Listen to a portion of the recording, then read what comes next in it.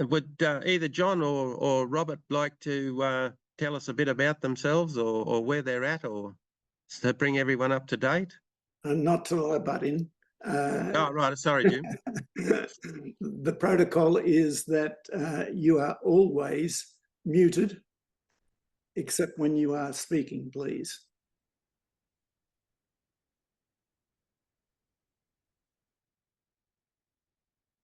Right, it's Rob McCulloch here. I'll pipe up first, if that's okay. Yes, yes, Robert, that's fine. Thank you. Okay, just quickly, I haven't met anybody with prostate cancer at all, and I was diagnosed back in May 2022. At first presentation, I was diagnosed with small cell cancer of the prostate with a Gleason score of 9, 5+4, and metastasized to the lymph node and pelvic bone. Was scheduled for 8 treatments of chemo, toposid, and carboplatin. Ended up only having 6 because it shrunk, never disappeared. And been on, I think I've listened to you guys before, I'm on Solidex every 12 weeks. And I think the first 2 weeks when I first got diagnosed was with Cosidex for a couple of weeks, I think, from memory. Other than that, nothing's happened. It's been, it's 18 months since I was first diagnosed in December. Go for a checkup at Epworth Hospital and have CT scans every 3 months. Now they're going to make them 12 months because it's sort of stable. And once I finish this intro, later on down the track, the 3 main questions I've got from watching your Zoom is the difference between MRI and PSMA. He's thinking of doing a full body scan on me eventually. The difference between private and public, and any recommendations, because I'm going to move from private to public because of cost. And then the last one is there's a PCRI conference in September 2024. Is any value in attending those? Oh, and just another quick one. Small cell. There was a guy on, I think the last one I watched. I watched a YouTube about 2 weeks ago. Some guy came on with a low PSA, which is what I presented with, was like 3.9, but still had all this cancer. So the PSA was an indication. And I saw that he's indicated he didn't have a scan for 2 years, I think. And then when they tested him, he was riddled with cancer. So Welcome, Yanni. Thanks, mate. Somebody must have a question for Robert, surely, about his situation. Well, I don't, because I didn't hear it. Sorry, Yanni.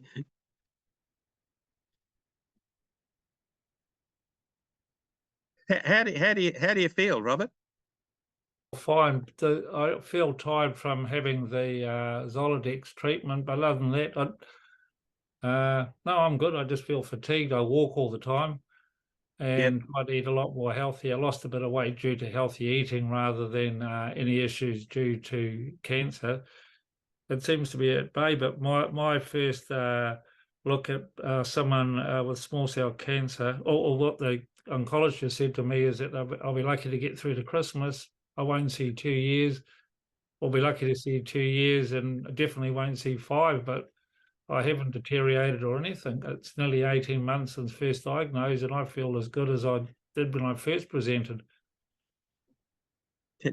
How often do you have the Zoladex? You said 3 months, but do you have it 3 months, or do you have it 84 days? Every 12 weeks, so every 3 months. 3 months, yeah.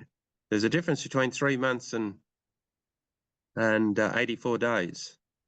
Okay, so it's 3 months. It's 3 months, so it should be the words I use in. Right, right. Most of us have those sort of injections every 84 days. So we do, rather than 90 days or something like that. I've got a bit of a question. I'm sorry, I couldn't hear some of what was said there, but what sort of PSA are you at? Since I've started on Solidex, it's negligible now. 0.01 was the last one I heard. I've gone from 3.9 down to 0.01. Jim here. Yep. Robert, why do you ask about small cell carcinoma? Because I was diagnosed with small cell prostate cancer, and they thought I'd smoked. I said I'd never smoked in my life, other than a couple of joints when I was 17. Other than that, never smoked in my life. They said there's a strong correlation between small cell and smoking, and they said it's very unusual that I had that type of cancer and never smoked. Yes, it mostly occurs with lung cancer as a result of smoking. That explains your treatment. The type of chemo that you had is appropriate for small cell because with small cell you're not likely to respond to the other sorts of treatment. So it makes sense to start with the one that you did.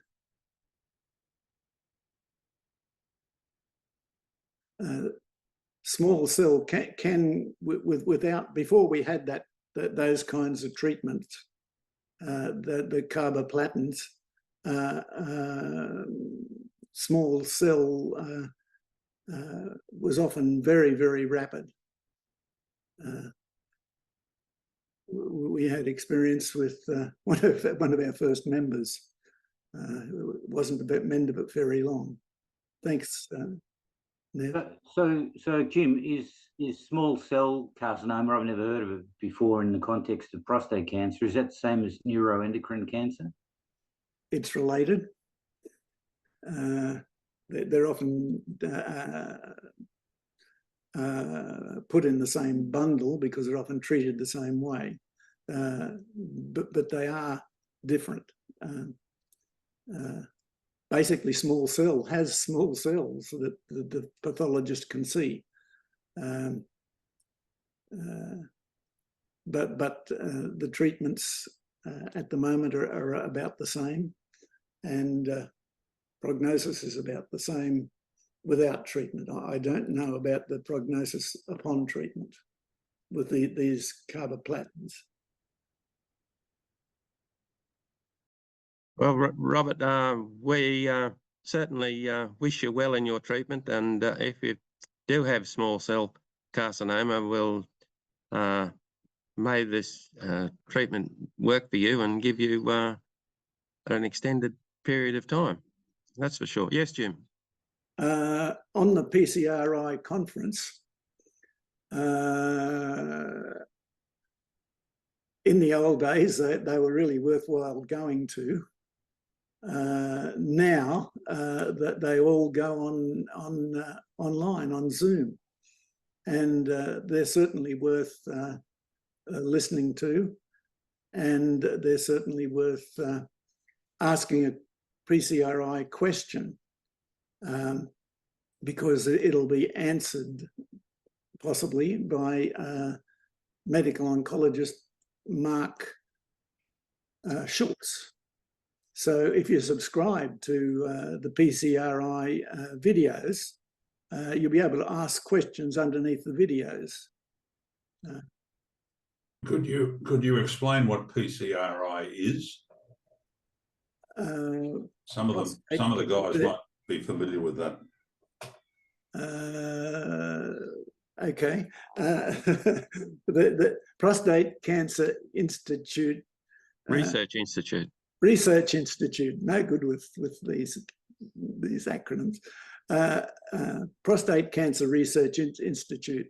It's a non-profit that was set up by some doctors in America to provide information to patients.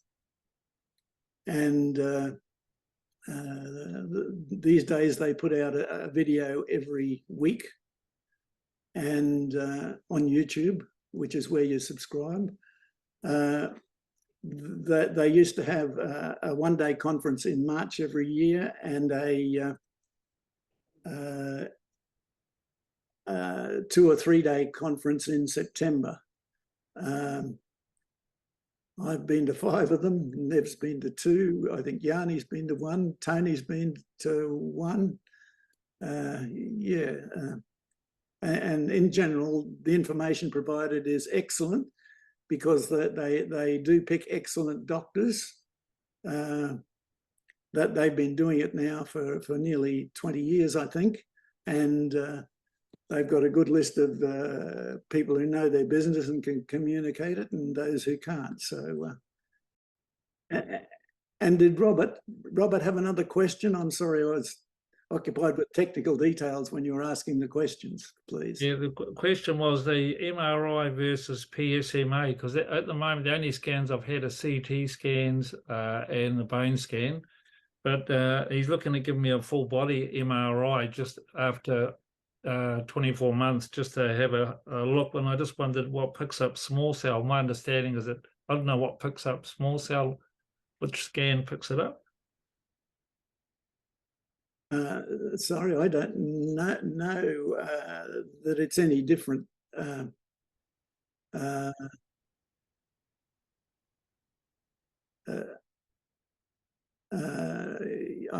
I guess that's a question for your doctors, really. Yanni Jim, wants to have a say, Jim. Yep. Jim, if as you say, small cell cancer, prostate cancer is similar to neuroendocrine cancer, then wouldn't an FDG scan pick it up?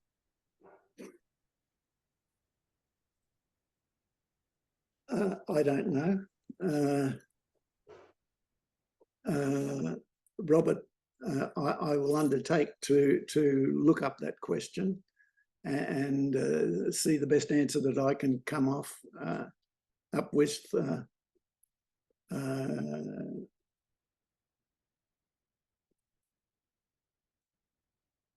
Anyway, I'd just like to welcome John Timoshenko and Rod. Welcome back. Any other questions or comments for Robert? Just with private versus public, because I want to move from private to public due to costs. Any comments on that?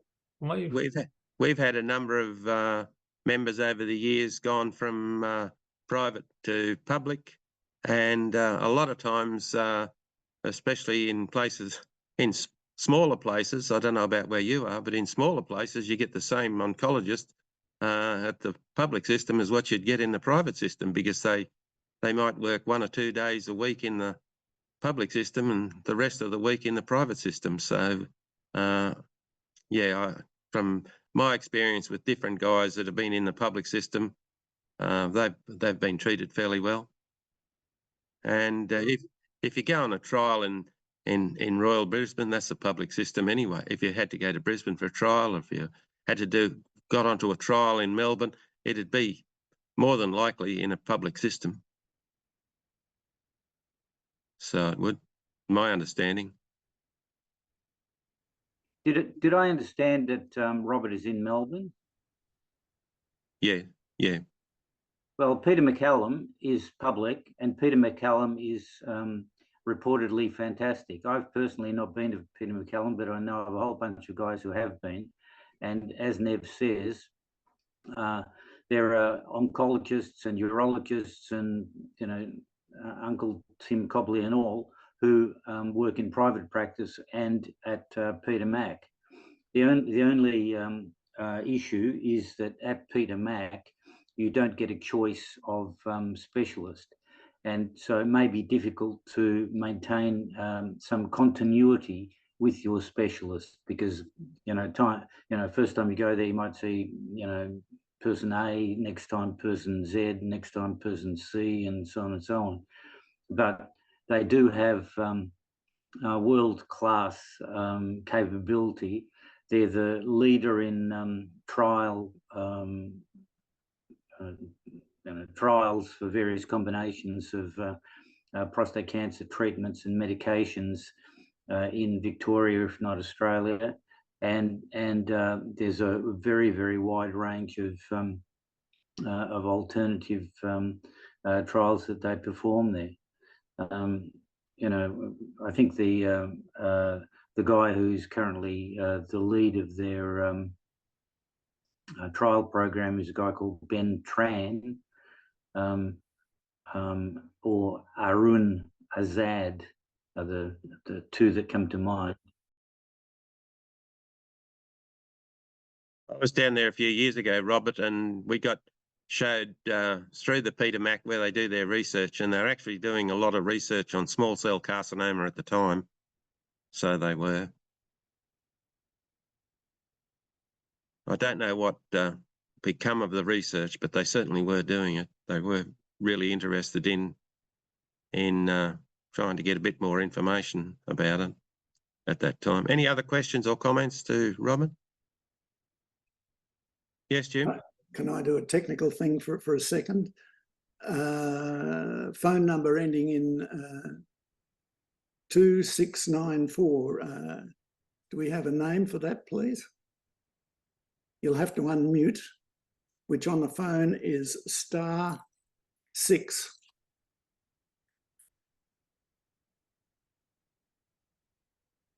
You're unmuted, and do you want to give us a name?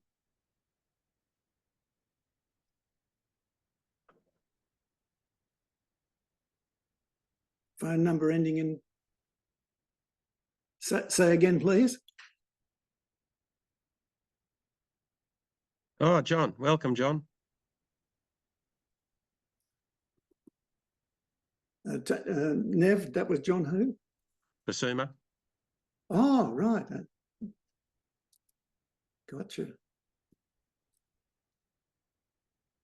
Righto. John, do you not John Timoshenko, the other John, would you like to give us an update on your story?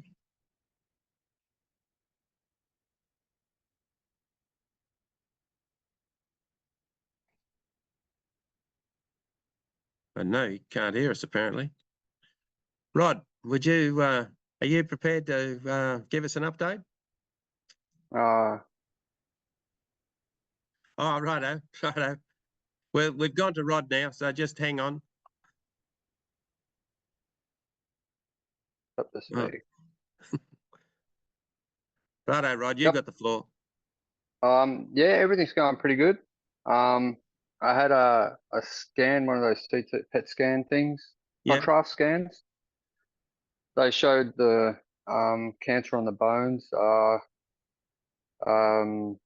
fading and going away. It's only like it's still growing in the pelvis area, in the neck, and on the back only a little bit. So I still feel a fair bit of pain in those locations. I've been given a new drug called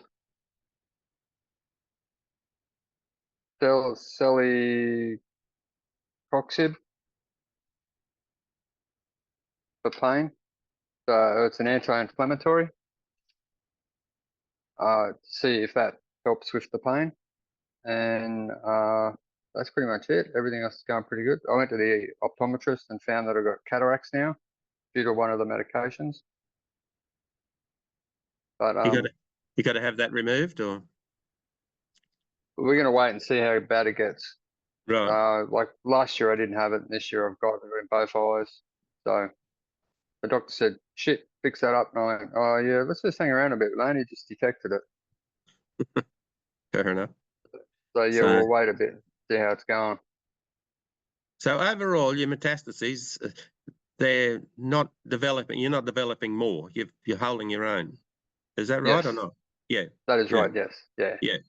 Yeah. So when I was first scanned, the entire skeletal structure was black when I had the scan, but now it's all really light grey, so it's going away. Right. Except for the 3 locations where they said it's still there, it's still developing. But I think the medication will eventually get rid of it or slow it down a bit. We hope so. Yeah. Yeah. Well, the doctors are all happy about it, so can't complain. Yeah, but they're not carrying the load. So, That is true. yeah. Any questions for Rod? Comments or questions? It's Rob here. Is yours small cell? I'm just obsessed with small cell at the moment. Who's got it? Because I heard someone last week had a low PSA reading and still had a spread, and I don't know if it was you from the last session. No, I missed the No. last session. I have no idea what I've got. I just know it's prostate cancer. Prostate cancer, yeah, no. No, I don't think Rod's got small cell carcinoma. No. Any other questions or comments? Yes, Jim? Technical again. George Kerr,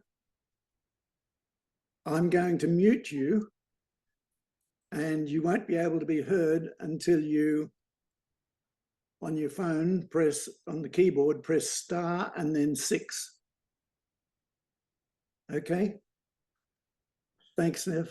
Thanks, Jim. Thanks, George. John from Melbourne, your first time. Have you like to give us an update, please? Yeah, I mean, Yanni's known me most of my life. So my version is that actually I was looking around for my stuff that I got because I don't have half the detail. I was now diagnosed with 3 tumors and prostate cancer in December of 2019. And whether my attitudes are accepted or not, it's what I am. So I went off to Bali, where I have a villa for 2 months.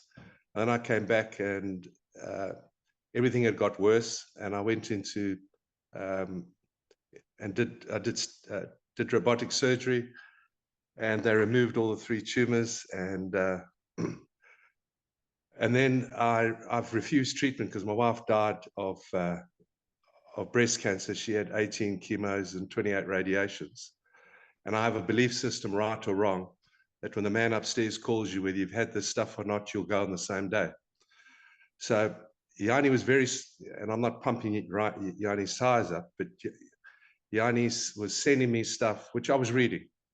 And one of the things he sent me, because the oncologist I'm with is an oncologist, Mario Guerreri, that had looked after Yanni at some time. And when they wanted to start the treatments, I said no. And then Yanni came back to me. You see, Yanni sounds like my oncologist, actually, saying this is something you should consider, stereotactic radiation. So when I was talking to Mario came up with the same thing. I said, funny you should say that. Yanni was only talking to me the other week, and he sent me a whole bunch of emails about it, which I've read. Anyway, I went and did stereotactic radiation in November 2020. My results then were like 14 plus on the PSA. And through the PET scan, what they saw was that in my pelvis, it had already permeated one side of the pelvis and it was metastasizing. And it was in one of the lymph nodes on the other side. And other than that, which I did in 2020, I've had no treatment at all. I take no drugs. I've just been overseas since May. I only got back 2 weeks ago. So I did a PSA test last week, and I'll see my urologist next week and Mario the week after. And the last test I had, I was 11.2, 11.3. So the answer is it's spreading. In fact, it's interesting I'll say from an interesting point of view. When I was overseas last year, Mario asked me to go do some tests because I was away for more than 6 months. And I had tests done on the NHS. So I did PET scans, I did all the PSA, did all the rest of the stuff in Wales. It cost me zero, absolutely zero. And just using your Medicare card. And the benefit is the results came out of Wales quicker than they come out of Melbourne. And they were all mailed to Mario and to Raymond Tong, who's my urologist. But I'll be better prepared for your next meeting. I'll get all my results and I'll read them to you, because it's not that I'm ignoring them. I do thank Yanni for providing me all the information. and saying this is something you really should consider. But based on what I said, what happened to my wife, both Mario and Raymond both know that I will not have any. I refuse radiation. I refuse any other drugs. And I said, just leave me alone and I'll be fine. So I've just spent 7 months overseas. I feel incredibly fit. I don't have any pain at all, but I have the cancer. And my statement is, when the man upstairs calls me, I'll go. And I believe I'll go at the same time. This is my belief system, whether I had the treatment or didn't. Now, I know that sounds innocuous to probably all of you, but Yanni knows the story, but he's persistent. And that's why I dialed in this morning, because he's a good mate. And I just wanted to hear from other people as well.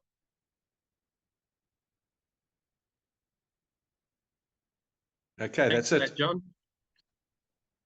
Any other comments or questions to John? Well, as I've said to John, many times, there are all sorts of non-intrusive forms of treatment that he can look into.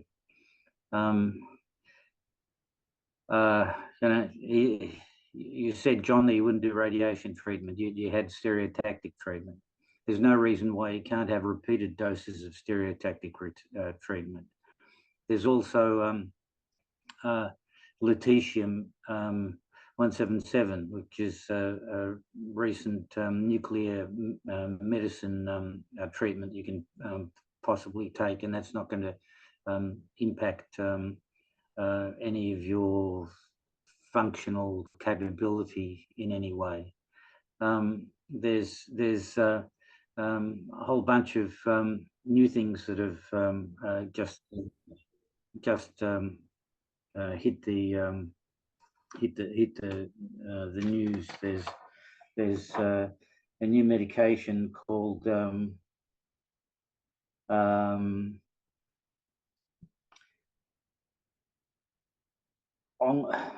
where is it?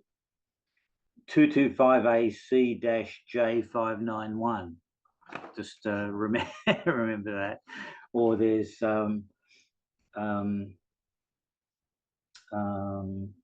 Epi 7386 called Masofanactin, and they haven't still made it to the main game, but they're well advanced in trials in other parts of the world. So it's all a process of waiting until the next new Butte thing comes along. So you take sufficient treatment to keep you in good health until the next innovation or discovery arrives. And that's been my philosophy and argument all along. Thanks, Shani. Yes, Jim? John, I'm sorry, again, I wasn't attending very well. Were you diagnosed with metastases? You have to unmute, sorry, John, to answer. John Dubois. John Dubois, we need you to unmute, please.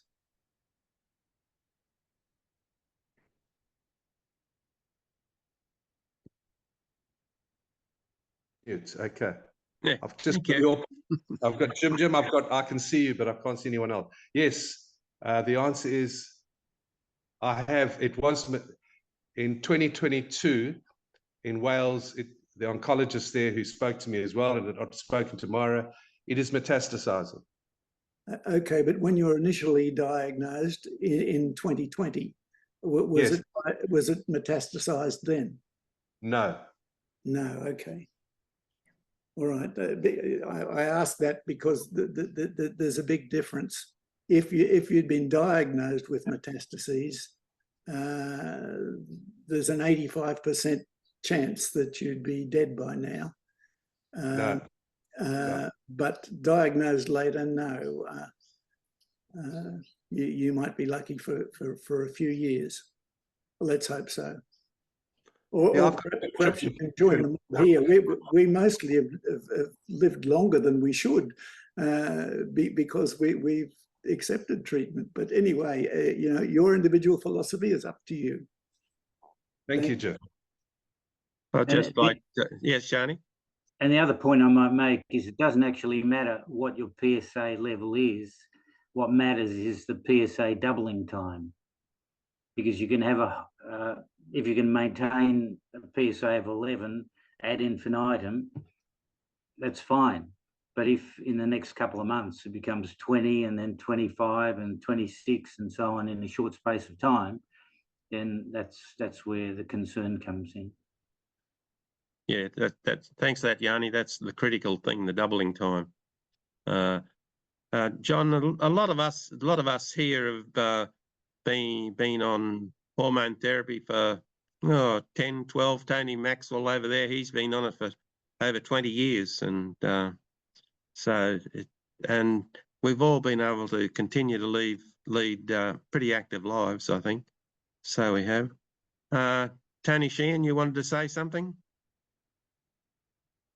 Yes, I just wanted to ask John, I didn't hear him mention whether he was on androgen deprivation therapy, like constantly. Is that the case or not, John?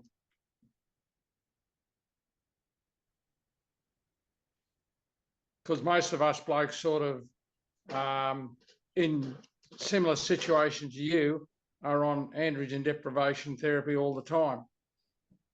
Yeah, I have. Every time I see Mario, the oncologist, and he does push and ask, and I understand why. He knows my position, and the answer is, just leave me alone. Nothing. I'll see what happens. And I travel, and I measure my own health. Other than the cancer, which I have, okay, I'm in really good health, and it allows me to do the travel I do. I've just spent 6 months in Europe, and I did that last year, and I've done it the year before. So I travel extensively every year. I spend 3 months a year in Bali, 3 to 4 months in Melbourne. And as long as I can keep doing what I'm doing, I'll keep doing it. My good mate, Yanni, is the one who keeps pushing my buttons. And maybe one day I'll succumb, okay? But at the moment, it's too late. Well, you know, this is a wrong forum for this. I was a soldier for many years, and we tried to kill ourselves when I was in the army because we had lost so many mates. I was in a war in Rhodesia, and we rolled a car full of petrol, didn't take fire. 5 of us got out alive, but the deal we did behind it was we'd have free drinks for the next 7 days of our R&R. And I've been in a bush where I've done all this stuff. The truth is I should have been dead decades ago. It's not my time. I really believe there's a man upstairs. So my belief system is when he calls me, he'll take me, irrespective whether I have the stuff. These are my beliefs. When Wendy died, she had had 18 chemos and 28 radiations, and she was Chinese from Guangzhou. She went back to China to do the Chinese medicine. And the truth is the Chinese medicine might have helped her in the early years, maybe. And she passed. I have an uncle who got diagnosed with liver cancer and was given 6 months to live. And they said if he did radiation, he'd probably live 12 to 18. And his comments were, I'll die with a whiskey bottle in my hand. He lived 4 years. So I know this sounds, I don't want to use the word callous, sounds glib. And I told the stories to Mario, so he knows the whole background, is that when my Uncle Cliff, in the last 6 weeks of his life, and he had outlived the forecast by nearly 4 years, he went into excessive pain, exactly the same as Wendy, actually, the last 6 weeks. And I said to Mario, when I get into a situation when I'm in so much pain, just ship me the stuff that I need, okay? And I'll look after myself. So I think there's, you know, I'm probably the wrong person for the forum, but I'm interested to understand what's happening with other people. And but I honestly am in really, really good health. And I'm not, but I have the cancer. It's there, and I'll do more tests again next week. And, you know, Maria's, maybe, you know, what Yadi said, Maria did offer, before I left overseas this year, did say what you can consider now is doing another stereotactic radiation. And I did 3 of them. And maybe that's an option. But, you know, you know, I'm just saying it. When Wendy died, they filled her full of morphine. When my Uncle Cliff died, they gave him all the morphine. And my comments tomorrow, send me a crate, I'll look after myself. So Rod, maybe not the word you want to hear, but, you know, I've got to be brutally honest on the way I am and how the way I feel. And I'm really interested to hear what's happening with everyone else. I really am. And maybe it might persuade me at some time, but at the moment, the answer is no. Rod, can you unmute yourself, please? I'd just like to ask you a question. When you were diagnosed, how much metastases did you have in your body? I was pretty much on all the bones, from the pelvis to the top of my head, and on all the ribs, spines. It was into the arms. It was pretty much everywhere. And how long had you had pain before you got a diagnosis? I was in pain for probably 6 to 8 months. Yep. They gave me chemo, and once they gave me chemo, all the pain went away, and my pain only started up again. That was back in 2021. So from when I only did 1 lot of chemo, and all the pain kind of went away. I was using Tarjan, and it only started back up again about 6 months ago when it got really sore and I had to start taking endone. Yeah. I used to run 10K a day and gym and everything. Yeah. Thanks for that, Rod. See, that's your problem, John. A lot of people don't have pain until it's metastasized through a great amount of the body, and it's can be more difficult to bring under control. Yes, Jim? I was going to say to John that when I was diagnosed 14 years ago, I was very susceptible to stories of 1 or 2 or 3 people that I knew. But after a while, I realized that some people had been collecting these stories, and they were called scientists.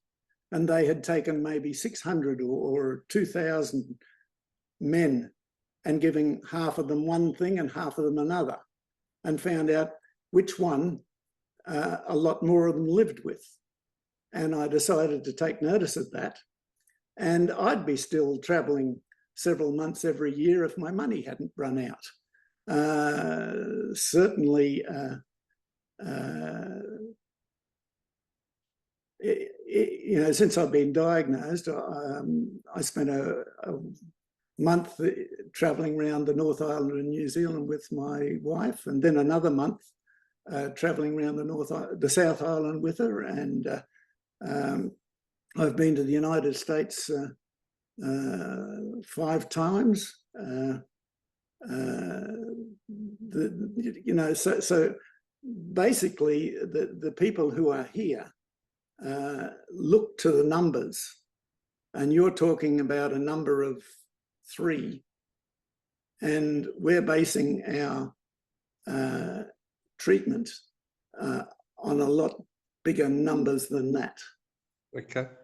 I mean, I understand your philosophy. I do chat to a number of Muslim people, and that is the absolute belief of their religion. Not only does a man upstairs know when you're going, according to Muslims, it's a sin to question it or to do anything about it.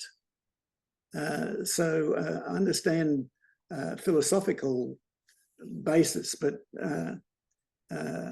we also, I don't know whether everyone else started out with, you know, just stories like I did. I was fairly ignorant at the beginning, But basically, we're all here alive because we've depended on the numbers. Thanks, Jim. Yep. Thank you. You got another comment, John, or not? No, I don't have. No, I just want to say thank you, Jim. No, thank you. Appreciate your time and what you've said. Gary Thomas in Perth. Can we get an update from you, please? Yeah, can you hear me now? Yeah, Yep. just Gary. Yeah. Okay, yep. My PSA was gradually rising, and it went up to 0.35. But lately it's been gradually reducing, and it's gone now down to 0.09. My medical oncologist has been trying to get me on an immunotherapy trial, which I can't remember the name of the drug or whatever it's called. But to get on that trial, I have to be getting worse. So at the moment I'm improving, so can't get on the trial yet. Right. Now, when you ride a bike a fair bit, do you make sure you haven't ridden the bike for a few days when you have your PSA tests and that sort of thing? Yeah, I do take note of that. Yeah. Good.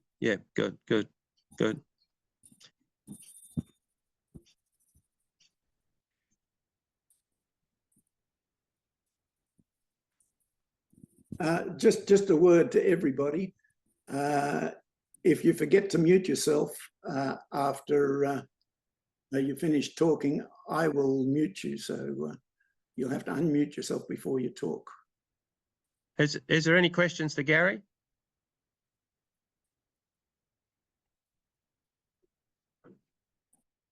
Thanks for coming. Yes, Robert. I watched Jim's video about PSA the other day, and he mentioned about exercise, which he did a few seconds ago. Does anybody know how long PSA stays in the body? And the reason for my question is that last blood test showed a slight increase of 0.25 or something like that.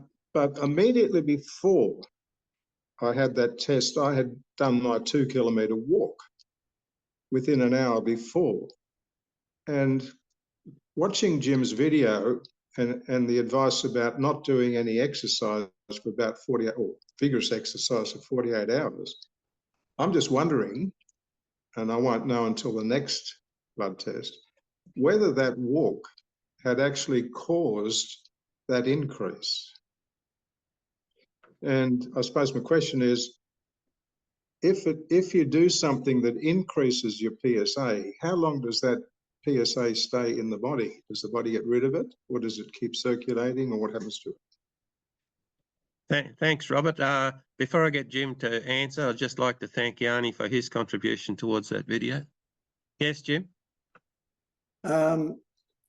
First, there are more details on PSA that I couldn't fit in the video in the comments underneath. And one of the things that it has in the comments is that the half-life of PSA in the blood is 2 to 3 days. So within 2 to 3 days, half of the increase is gone. And then the next 2 to 3 days, you're down to a quarter and all that kind of stuff with half-life. So it has a half-life of 2 to 3 days. But when it gets into glass, into a test tube or whatever, it only lasts for 24 hours. I think it might be free PSA only lasts for 24 hours. Yes, I think it is. I'm probably right in the comments anyway. Thanks for that, Jim. That's the other thing is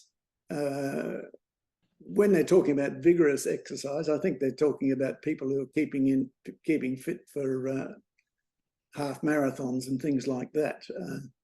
I think an ordinary walk, did you say a 2K walk?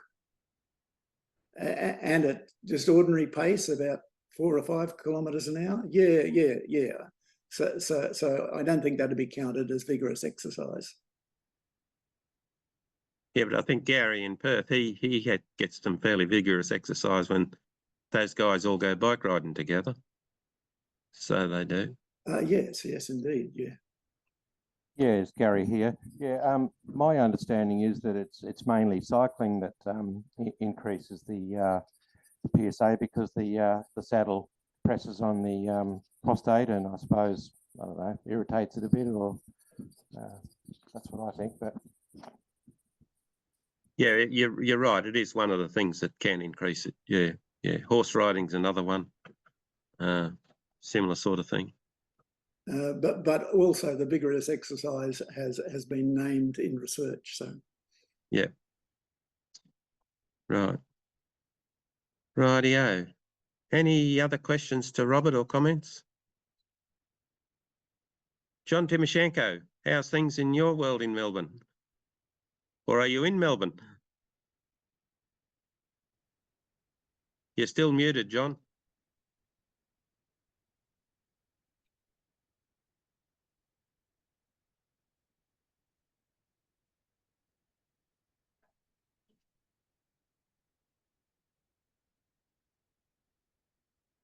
John, the mute button is often lower left. Got it. Yeah, Yep. Well done. Yeah, I had a bit of trouble getting on today, all sorts of technical issues, but anyway, I'm here. I'm here in Melbourne. Sorry I was late. And No, you're right. yeah, things are pretty good. Oh, good. I do have to leave early because I've actually got a doctor's appointment to have my Zoladex shot. Oh, right. So about 11:15, I'll be leaving.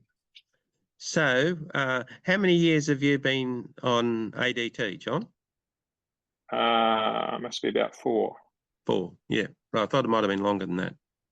Yeah, no, So, it's about all. and your PSA still remains undetectable? Yes. Yep, good. Thank you. Yep. And now I did have a question, because someone said that Zoladex shots should be 85 days or something. 84, yeah. Yeah, I'm just looking at my pack. It says 3 months. Yeah, they all do. Oh, okay. So there you go. But again, with the research shows that if you go over those daily limits, it does affect your end results. The end results being? How long you live, yeah. Okay. What if you have it earlier? Well, you just shift all your dates earlier, I guess. Right. Okay. Yeah. But 84 days, and a month is only 28 days. Right. And you've got more leeway with the 84-day one than you have with the month one. The month one starts to give trouble after only 2 or 3 days. I think it's about 4 days for the 84-day one. So are you saying, Jim, that if you went for 5 months, your cancer would start growing again? More likely, yes. Right. Okay. And I know on the Answer and Can Zoom meetings in the US, they don't recommend anyone have a 6-month one. They recommend people have either a monthly one or a 3-monthly one, as far as they can recommend, because they're not doctors. But and the 3-monthly ones are 84 days as well, because they always tell new people, make sure it's 84 days if you're going to have a 3-monthly injection, not 90 days or anything. So, yeah. But it takes a while to get that through to some of the doctors, but you will get it eventually. So you will. Yes, Tony Sheehan, your mute's on. Hear me all right? Yes, Tony. I was just going to mention to Gary that when I have my leucorin injection, the person that I go to have that makes an appointment for my next one based on the life of the one he's just given me. Thanks, Tony. I do that too. I make an appointment for the next one the day I get the shot. So I do. So everybody's on the same page. It suits the doctors because they often do consulting on the same day of the week. So at 84 days, my oncologist does his consulting every Thursday, and so I calculate the 84 days before I go, but he always offers 84 day, a date 84 days away. Thanks, Nev. Thanks, Jim. So who else would like to? Yes, Robert. Am I to understand then I'm on Firmagon monthly, and I'm going on a cruise in about 3 weeks. I'm getting the injection 1 week early, and the next injection will be 1 week late if you went month by month. The oncologist I go to says, well, that seems fine to him. But am I reading right from your comments that that's not wise to do that? Robert, a one-off is not going to make a lot of difference, I would not believe. Most people would have a 3 monthly shot of something else before they go. That also takes care of you being delayed somewhere or steward strike on the ship or something. So yes, I should request a double shot or something? You can't get a double shot. You'd have to change temporarily to Zoladex or one of the others. Okay. Yes, Yanni. So, Robert, there are a couple of alternatives. I was on Degrelix for a long time, and the primary reason I was on, like years, the primary reason I went onto it was to stop the initial flare from other hormone treatments. So I was able to get injections done on board initially by my wife. My GP trained up my wife to do them for me. And if that's not possible, you could certainly get the ship's doctor to give them to you. All you need to do is to make sure that you've got the medication with you for the extra period that you're going to need. But make sure that you take your prescription or a copy of your prescription with you to prove that that the medication is destined, for you.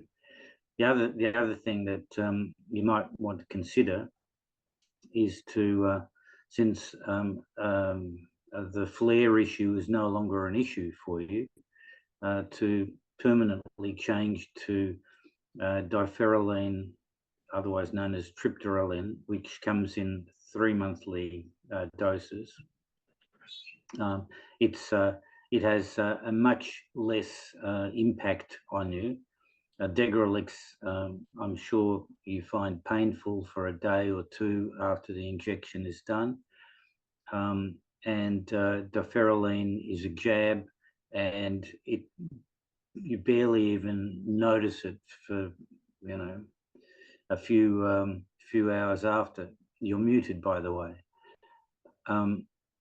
The other advantage of going with diferoline, triptorelin, is that of the various hormone treatments, I understand from the research that I've done, but don't consider that to be qualitative necessarily, is that it's the most effective suppressant of testosterone production of Sorry, all which one? Oh, here it is.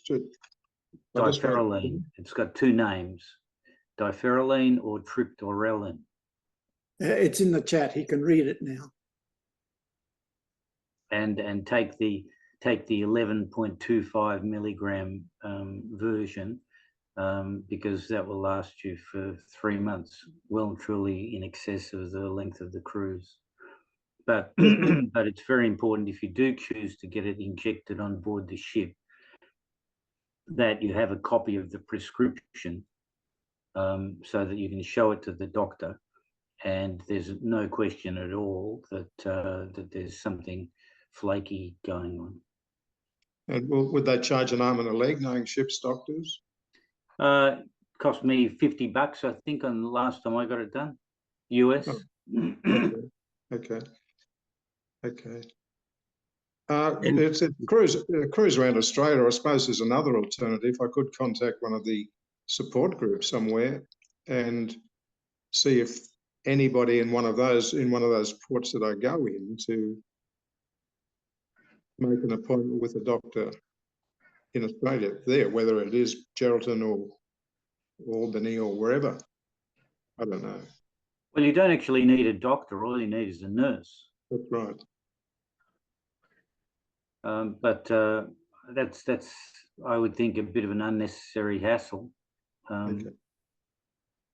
Do you have a partner? Yes. Couldn't educate your partner to do it? Oh, I don't know. I don't think so. Well, my wife hated doing it, but she did it, for the greater good. So you don't. Anybody can give these needles, can they? Yeah. Yeah, you just have to figure out how to stir the mixture up, because there's a little bottle with a liquid in it, and then there's a little bottle with a powder in it, and you just suck up the liquid into the needle, then squirt the liquid into the powder, let the liquid dissolve the powder, and then swish it around a bit until it's all dissolved, then draw that solution back into the needle, and then squirt. And just like that. Just like that. And it's a lot easier. It's a lot easier with diferoline than with Degrelix, because Degrelix, you got to do it at a 45-degree angle, make sure it's just subcutaneous, and do it over a period of no less than 45 seconds, whereas diferoline is a much smaller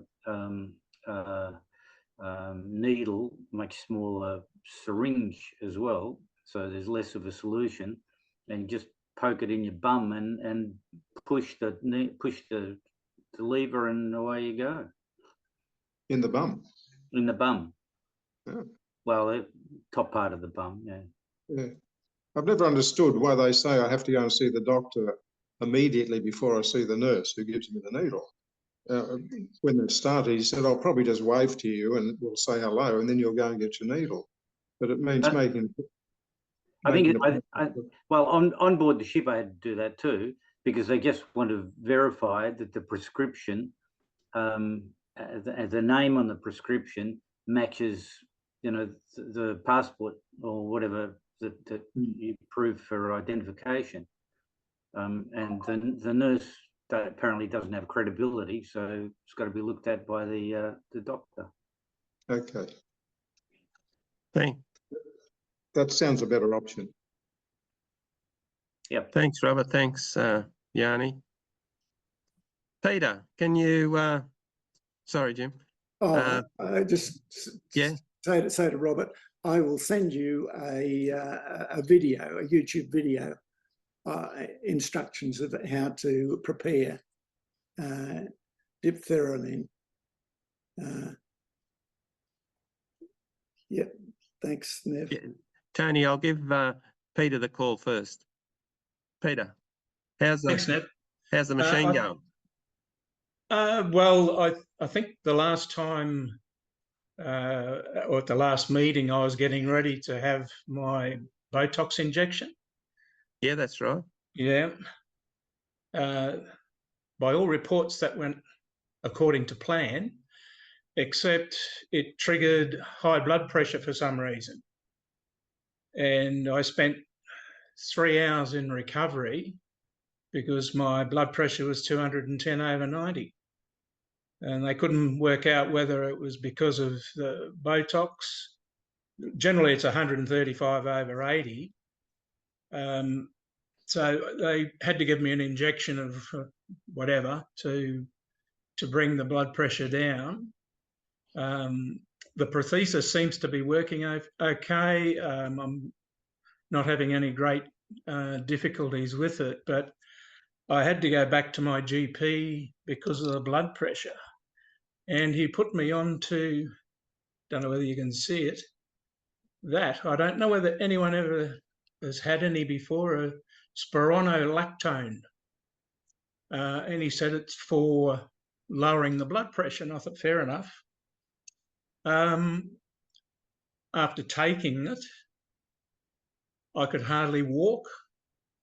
Couldn't work out what the heck was going on, and it turns out it's a form of ADT used to treat blood pressure and various other things, which technically meant I was on enzalutamide, deferraline, plus this spironolactone.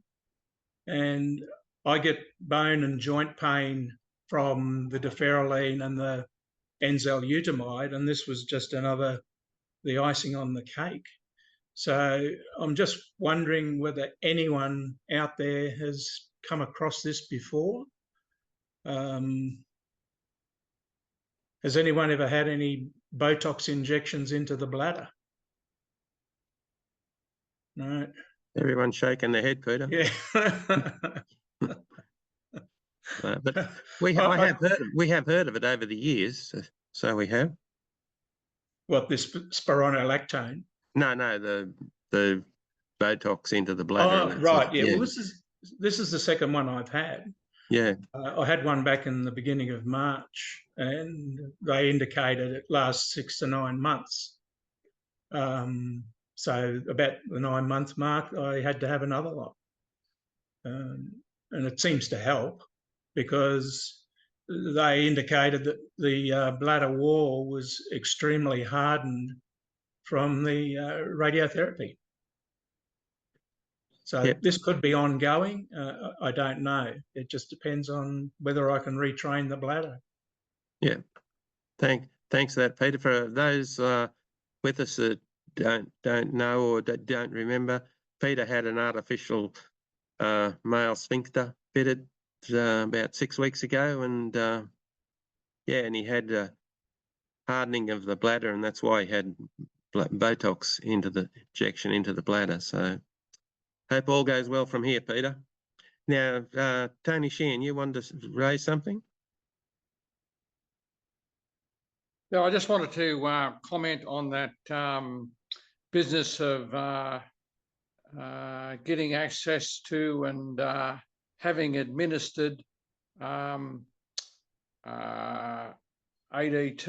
either triptorelin or leucorin, while you're away.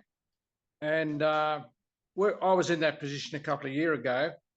And what I did was I went and saw the guy who normally administers it to me, and my wife was with me, and she just watched what went on there to satisfy herself that she was capable of doing it.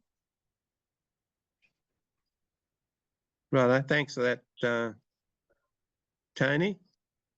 Other Tony. You're on mute, Tony. Yep, thank you. Yep. Just wanted to say a couple of words in regard to what John Dubois was saying previously. I think he's gone now, but Yanni's a good mate of his apparently, so maybe he can pass it on if he thinks it's worthwhile. I've been on hormone treatment now for 20 years, and It's debilitating. The fatigue is horrible. Your sex life is gone. All sorts of things like that are going on, and so that's undesirable, but it's kept me alive through that time period. When I was initially put onto it, there was no such thing as stereotactic radiation. And in fact, the CT scans at the time couldn't pick up the fact that I had a lesion in my right pelvic lymph node. But eventually, back in about 2014, during this whole period, they did start registering that there was a lesion there. And some of the other more sophisticated scans more recently have shown that that's the only lesion that I have, which is a bit amazing, but there it is. And I decided to have some stereotactic radiation, which is 5 radiation treatments over 5 days. They were very, very careful. It's a more new technique. It wasn't available in the good old days, and they were able to sort of knock that for 6 pretty much. And the PSA is now down to almost 0. I'm still on the bloody hormone treatments because the oncologists, the medical oncologists, don't want to take me off them. But all I'm saying, I didn't pick up everything that John said, but all I'm saying is maybe he should consider having a quick burst of stereotactic radiation, if that's possible, rather than just depending on the guy upstairs. It may turn out that does a good job for him in a very easy fashion with no side effects. And I think from what he was saying, he wants to keep going on the lifestyle that he's got. And I appreciate that. But I think that that's something to be considered. And if the people see that, you know, after looking at the various scans, that is a likely possibility. My radiation oncologist is now telling me that if I get a bit of an increase in the future, they can repeat the process. And I think I heard somebody here today saying that stereotactic can be repeated. So I think that might be a route. Maybe I'm what I missed from what John was saying was knocks my thoughts out. But I got a feeling that he may be able to get some benefit out of that with a minimal effect on his life. Yeah. Thanks, Tony. I've had lots of discussions with John about exactly that, and I think it's highly likely that he will have another round of stereotactic radiation. Yeah. But his bravado isn't going to help him any if in the end he gets more than 3 or 4 or 5 lesions, because stereotactic won't apply. Yeah, appreciate that. And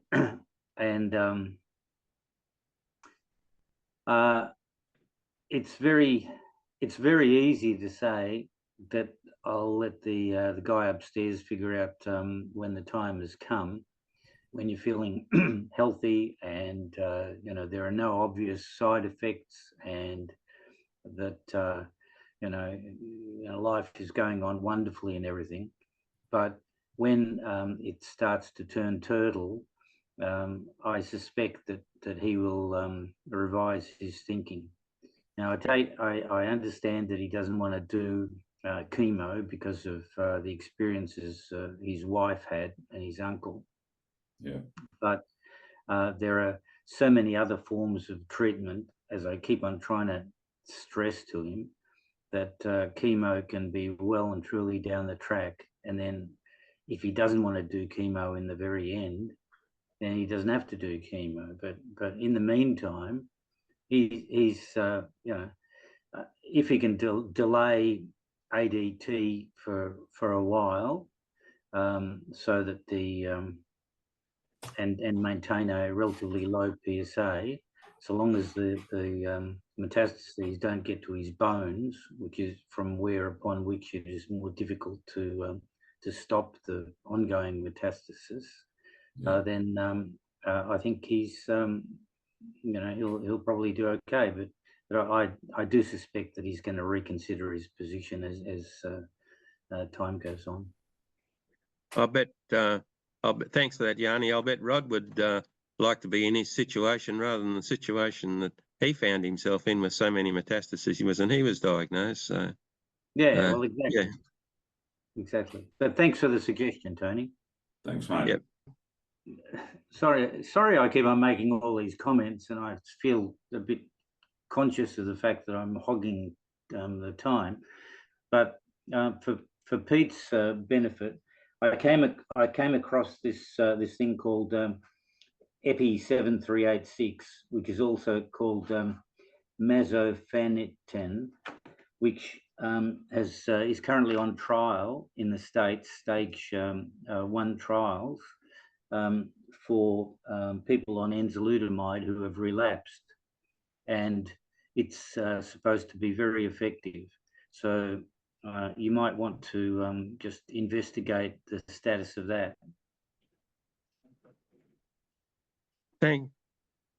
Thanks, Yanni. George, can you unmute your phone? Because someone talked about a conference, PCFA conference. Is there going to be a conference in Dubbo next year?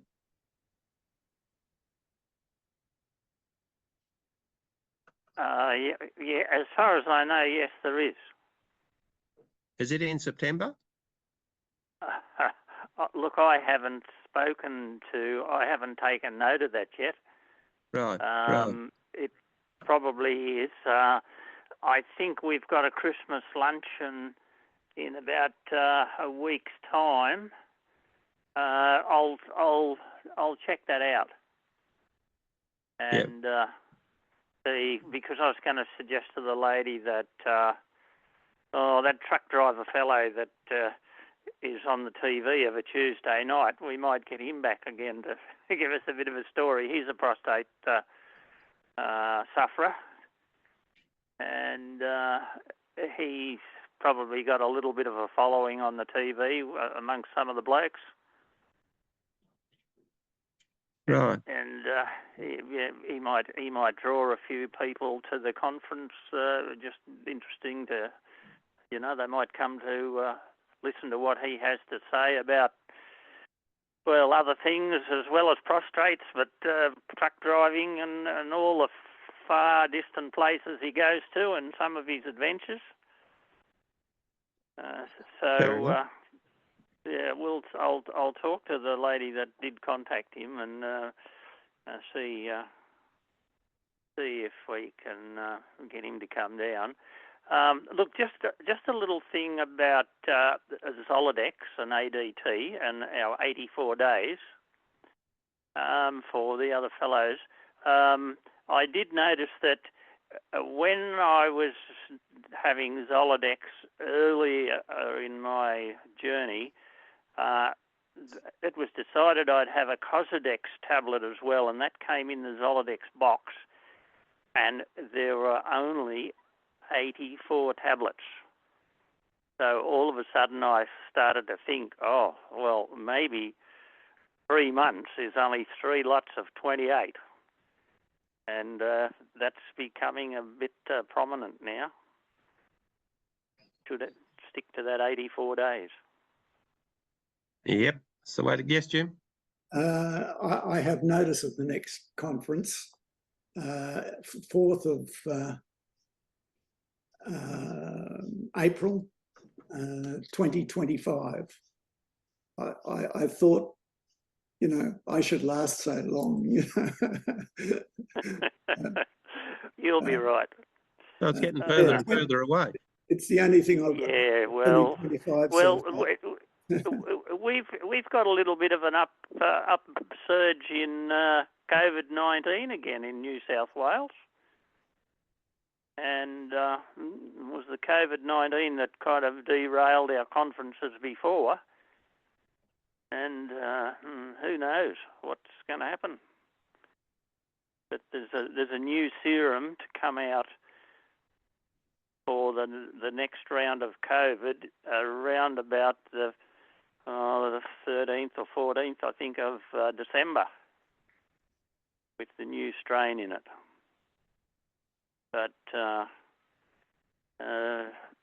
people have been kind of asked to consider wearing face masks again. Not told to, but just asked to put them on, and I'll definitely be putting a face mask on when I get on the plane in a week or so's time. Right. Righto, George. Thank you for that. Safe travels. Well, I should be okay. Look, the lady, the fellow that has had trouble with his what was it, his uncle and his wife with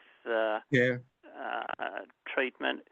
When you start having painkillers, that does affect your liver, and once you get your liver under stress, then that will kind of kill you fairly quickly. And that's the problem with letting cancer get into a very painful situation. Yeah. We're certainly all trying to avoid that. Yeah, well, that's what, it's, you've got to try and avoid that, that's for sure. Yeah. I mean, you can have relief from pain with those opioids, but it's not good for your liver.